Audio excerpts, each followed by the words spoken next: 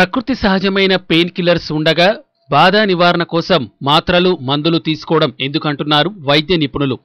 ఏ శస్త్రచికిత్స చేసినప్పుడో pain killers వాడడం వేరు, కానీ ఇతర నొప్పులను నివారించడానికి పెయిన్ కిల్లర్స్ను వాడుతూ పోవడం శరీరానికి ఆరోగ్యానికి అంత మంచిది కాదని సలహా ఇస్తున్నారు. ప్రకృతి సహజంగా కొన్ని బాధ నివారణలు ఉన్నాయని, వాటిని ఉపయోగిస్తే నొప్పుల నుంచి ఉపశమనం కలగడమే కాకుండా ఇతరత్ర ఆరోగ్యాన్ని కూడా మెరుగుపరుస్తామంటున్నారు డాక్టర్లు. పెయిన్ కిల్లర్స్ ఎక్కువ కాలం వాడితే అవి నొప్పులను తాత్కాలికంగా నివారించవచ్చు, కానీ ఆ తర్వాత అనారోగ్యాలు వచ్చి పడే ప్రమాదం ఉంది. పెయిన్ కిల్లర్స్ బదులు కొన్ని సహజ సిద్ధమైన ప్రకృతి ప్రసాదించిన పదార్థాలను కొద్ది కాలం పాటు క్రమబద్ధంగా ఉపయోగిస్తే బాధలు నొప్పుల నుంచి శాశ్వతమైన విముక్తి కలుగుతుంది.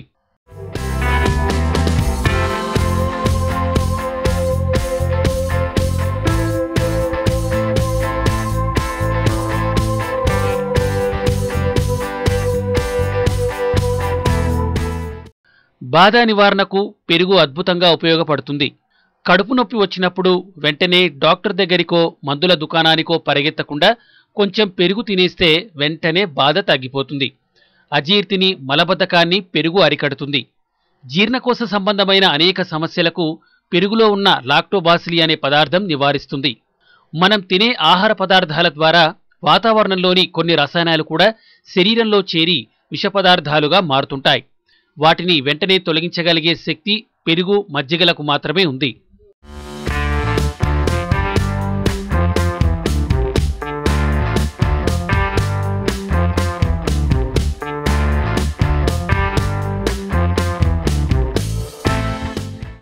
భోజనం చేసిన తర్వాత తాజా పండ్లను, ముఖ్యంగా బాగా పండిన అరటి పండ్లను పెరుగన్నంలో కలుపుకొని తినడం అమృతంతో సమానమని డాక్టర్లు చెబుతున్నారు.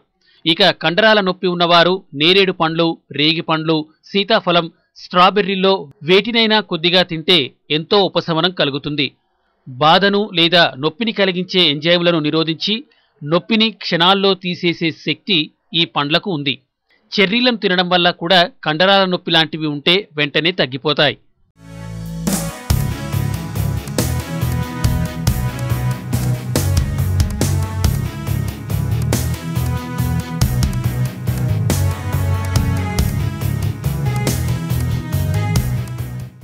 పండ్లతో పాటు పసుపు కూడా అనేక నొప్పుల్ని నివారిస్తుంది.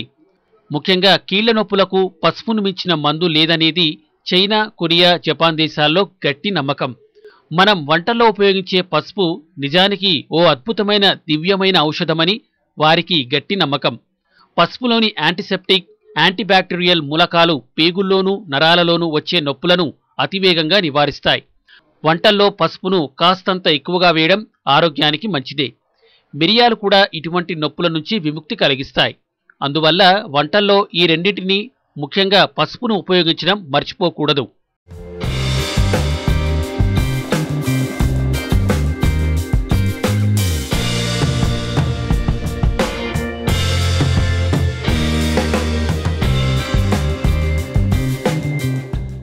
కడుపులో నొప్పికి, కడుపులో వికారాలకే కాక పంటి నొప్పులకు, చెవి నొప్పులకు కూడా అల్లం ఉపయోగపడినంతగా మరేదీ ఉపయోగపడదని వైద్యులు చెప్తున్నారు.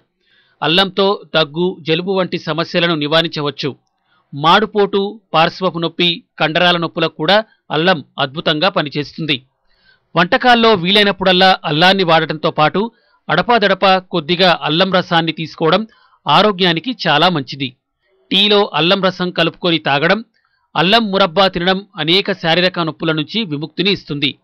వాంతులు, వికారాలకు సైతం అల్లం రసం ఎంతో మంచిదని, ప్రయాణాలు పడనప్పుడు కొద్దిగా అల్లం రసం తీసుకొని బయలుదేరితే ప్రయాణాల్లో వాంతులు రావడం తగ్గిపోతుందని వైద్యులు సూచిస్తున్నారు.